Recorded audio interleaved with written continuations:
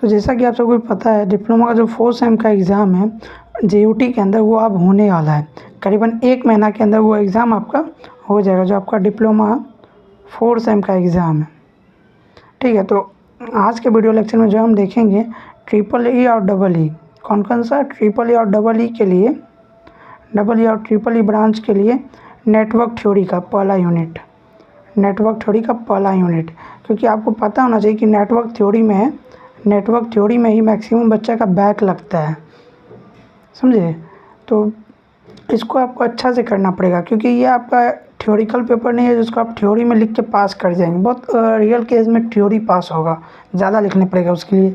लेकिन ये numericals paper आपका है, तो आपको इसके लिए न्यूमेरिकल्स पढ़ना ही पढ़ना है।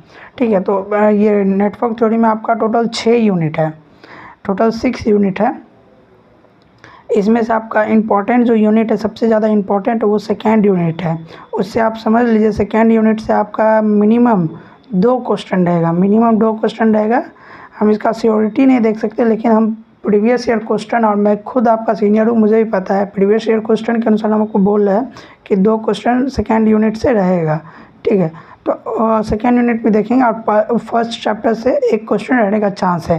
तो किस में रहेगा वो 1 चैप्टर 1 क्वेश्चन, तो वो आपका रह सकता है राइट, लास्ट नंबर में जो होता है राइट शॉर्ट आंसर, जो कि 8 नंबर का रहता है या 4 नंबर का रहता है, उसमें आपका रह सकता है फर्स्ट यूनिट से क्वेश्चन। ठीक है, तो ये हमारे पास अभी जो है ये वीनस पब्लिकेशन का बुक है, वीनस पब्लिकेशन का क्वेश्चन बैंक है। इससे हम आपको सिर्फ क्वेश्चन को हिंट कर देते हैं, शॉर्ट फॉर्म में समझा देते हैं। ठीक है, तो इससे क्या होगा ना, आप देखो समझे हुए रहोगे ना, तो वहाँ अपने से बना के लिख सकते हो। लेकिन अगर आप लाइन बाय लाइन याद करोगे तो वो पॉसिबल नहीं है, तो आप वहाँ भूल जाओगे। एक लाइन आपका एक वर्ड याद नहीं आएगा तो आप पूरा क्वेश्चन आपका डिस्टर्ब कर जाएगा, आप पूरा क्वेश्चन के लिए सोचना पड़ जाएगा आपको। ठीक है, तो आप समझ लो क्वेश्चन को। जैसे देखो, पहला क्वेश्चन आपका बोल रहा है state and explain the types of network. ये आपका पहला पॉइंट भी आपके सिलेबस में, state and explain the types of network. ठीक है, तो नेटवर्क जो होते हैं ना, टोटल 8 से लेके 12 प्रकार, सॉरी, नेटवर्क जो होता है वो 3 प्रकार का ही होता है। नेटवर्क जो होता है वो 3 प्रकार का होता है। एलिमेंट्स होता है करीबन आपका 8 से लेके 12 प्रकार का। जब आप SSC JEE वगैरह का तैयारी करोगे उसमें 12 टाइप्स का दिया रहेगा, लेकिन आपके वीनस में नेटवर्क को एलिमेंट बोल दिया है, सॉरी, एलिमेंट को ही नेटवर्क बोल दिया। और कितना बोला है, टोटल 6 टाइप्स बोला है, 6 टाइप्स का बोला है। ओके, तो इसको आप समझ लो, ये आपका रह सकता है। देखो, जैसे पहला नेटवर्क आपका बोला हुआ एक्टिव एलिमेंट, एक्टिव एलिमेंट। अब एक्टिव एलिमेंट क्या है, जो वैसा एलिमेंट जो कि अपने से इलेक्ट्रिसिटी प्रोड्यूस कर रहा है, वो कौन सा एलिमेंट हो गया, एक्टिव एलिमेंट। पैसिव एलिमेंट कौन सा हो गया, जो उस इलेक्ट्रिसिटी को कंज्यूम कर रहा है। तो एक्टिव एलिमेंट में आपका क्या हो गया, जनरेटर हो गया, मोटर हो गया, ट्रांजिस्टर हो गया, ये सब आपका एक्टिव एलिमेंट में हो गया, बैटरीज हो गया। पैसिव एलिमेंट में क्या हो गया, कैपेसिटर, इंडक्टर, रजिस्टर, ये सब आपका पैसिव एलिमेंट में होगा। जो उस इलेक्ट्रिसिटी को यूटिलाइज कर रहा है, उस एलिमेंट को हम पैसिव एलिमेंट करेंगे, और जो इलेक्ट्रिसिटी प्रोड्यूस कर रहा है उसको एक्टिव एलिमेंट करेंगे। ठीक है, अब देखो लीनियर एलिमेंट, वैसा एलिमेंट जिसमें वोल्टेज और करंट के बीच का ग्राफ क्या हो, वोल्टेज और करंट के बीच का ग्राफ लीनियर हो। ठीक है, मतलब वोल्टेज अगर बढ़ेगा तो करंट भी बढ़ना चाहिए, तो उस एलिमेंट को क्या करेंगे, लीनियर एलिमेंट करेंगे। आपका सबसे एग्जाम्पल है रजिस्टर। ठीक है, और नॉन लीनियर एलिमेंट किसको बोलेंगे, वैसा एलिमेंट जिसमें वोल्टेज और करंट के बीच का ग्राफ लीनियर नहीं हो, जैसे इस टाइप का या इस टाइप का, कैसा भी हो। तो सबसे अच्छा एग्जांपल है डायोड। ठीक है, तो इस टाइप का आपको क्या बोलेंगे, नॉन लीनियर एलिमेंट। ठीक है, आपका जो थर्ड में दिया है बायलेटरल एलिमेंट और यूनिलेटरल एलिमेंट। बायलेटरल एलिमेंट का मतलब वैसा एलिमेंट जिसमें दोनों तरफ से करंट फ्लो हो सकता है। ठीक है, जैसे आपका रजिस्टर हो गया, आप दोनों तरफ से करंट फ्लो करवा सकते हो। यूनिलेटरल में एलिमेंट्स में क्या हो जाएगा, वैसा एलिमेंट जिसमें एक तरफ से ही करंट फ्लो करे, जैसे डायोड सिर्फ इसी तरफ से फॉलो करेगा। ठीक है, तो ये आपका क्या, कौन सा एलिमेंट हो गया, यूनिलेटरल। तो इस आपके बुक में 6 ही दिया हुआ है, आपके सिलेबस में भी कौन कौन सा है, एक एक्टिव हो गया, passive, linear, non linear, bilateral, unilateral element. लेकिन होता है टोटल 12 टाइप्स का, जहाँ तक कि मैं जान रहा हूँ, इससे भी ज़्यादा हो पाएगा इंटरनेशनल में बात करेंगे तो। ठीक है, तो ये एलिमेंट्स हो गया। ठीक है, सेकेंड क्वेश्चन आपका क्या है, define resistance, reactance and impedance. अब आपका रेजिस्टेंस क्या होता है? वैसा resistance is a types of electrical element whose oppose the flow of electric current. जो इलेक्ट्रिक करंट को अपोज करे उस एलिमेंट को क्या बोलेंगे? रेजिस्टेंस। रेजिस्टेंस का सिंबल कैसा होगा? इस प्रकार का होगा, आप उसमें बना देना। रेजिस्टेंस का 2-3 फार्मूला होता है, आपको बता देते हैं। एक होता है सबसे ओम्स लॉ जो है, R is equal to V upon I, okay. और एक फार्मूला है R is equal to rho L by A, ठीक है। ये 2 फार्मूला है, और भी फार्मूला है लेकिन ये 2 मेन है, ठीक है। तो आप उस फार्मूला को लिख के कॉलम में कर देना और उसका एलिमेंट्स भी बना देना। ये कैसा दिखता है वैसा बना देना, सिंबल वगैरह, ठीक है। अब देखो आपका इंडक्टेंस। इंडक्टेंस क्या होता है? जो मेजर करंट, किसको मेजर करता है? Magnetic flux.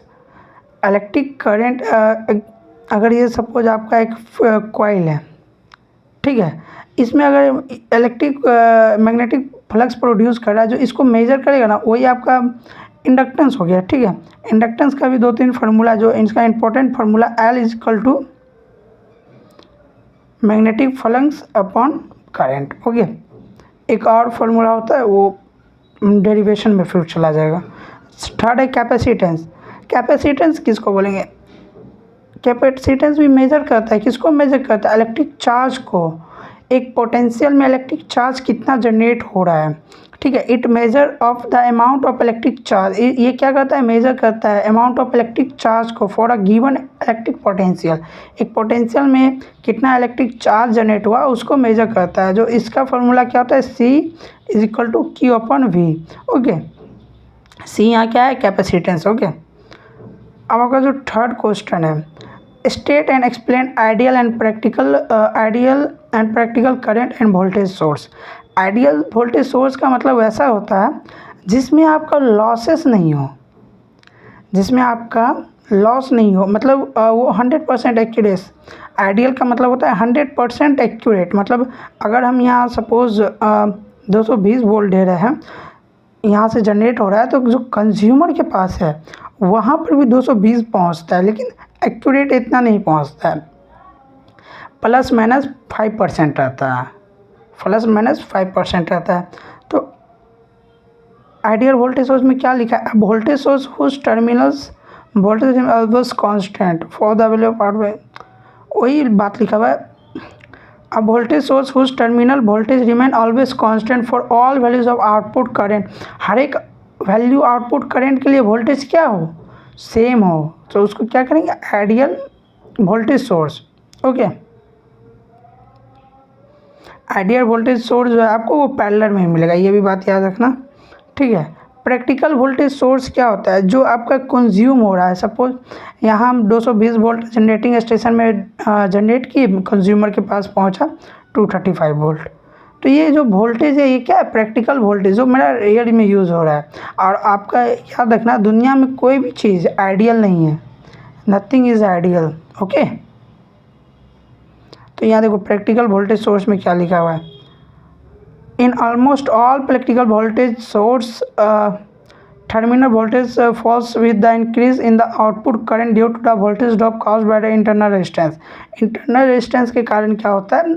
वोल्टेज पे असर पड़ता है, क्योंकि आपको याद होना चाहिए V is equal to IR, ठीक है। अगर रेजिस्टेंस बढ़ेगा तो V भी बढ़ जाएगा, अगर करंट बढ़ेगा तो V भी बढ़ जाएगा, करंट कम होगा तो V भी। तो ये डिपेंड करते रहता है वोल्टेज। और ओरिजिनल केस में हमारा जो डोमेस्टिक पर्पस और हम जो यूज़ करते हैं डेली लाइफ में वो यही रहता है, ठीक है। तो ये किस पे डिपेंड करता है? एक तो I पे डिपेंड करेगा, एक तो R पे।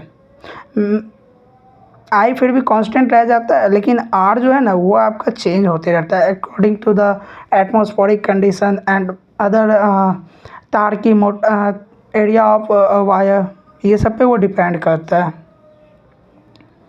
ओके। थर्ड क्वेश्चन आपका कहाँ? आइडियल करंट सोर्स में भी वही हो गया। फिर इसका ग्राफ याद देख लेना आप। आइडियल करंट सोर्स जो होता है ना वो सीरीज में रहता है, ठीक है। और प्रैक्टिकल करंट सोर्स जो है वो पैरेलल में रहेगा। तो इसका ग्राफ आप याद कर लेना एग्ज़ाम के लिए। आज के लिए इतना ही। कल आपका ऑब्जेक्टिव कल आपका ऑब्जेक्टिव भी देख लेंगे हम, ठीक है, और कल इस चैप्टर को हम कंप्लीट कर देंगे, ठीक है। तो इस वीडियो को आप अपने दोस्तों के पास शेयर कर पाए, क्योंकि एग्ज़ाम का आपका बहुत कम टाइम बचा है। आपको इस चैनल पे आप रेगुलर वीडियो मिलेगा, एकदम रेगुलर, ठीक है। तो आप चैनल पे बने रहना। Thank you.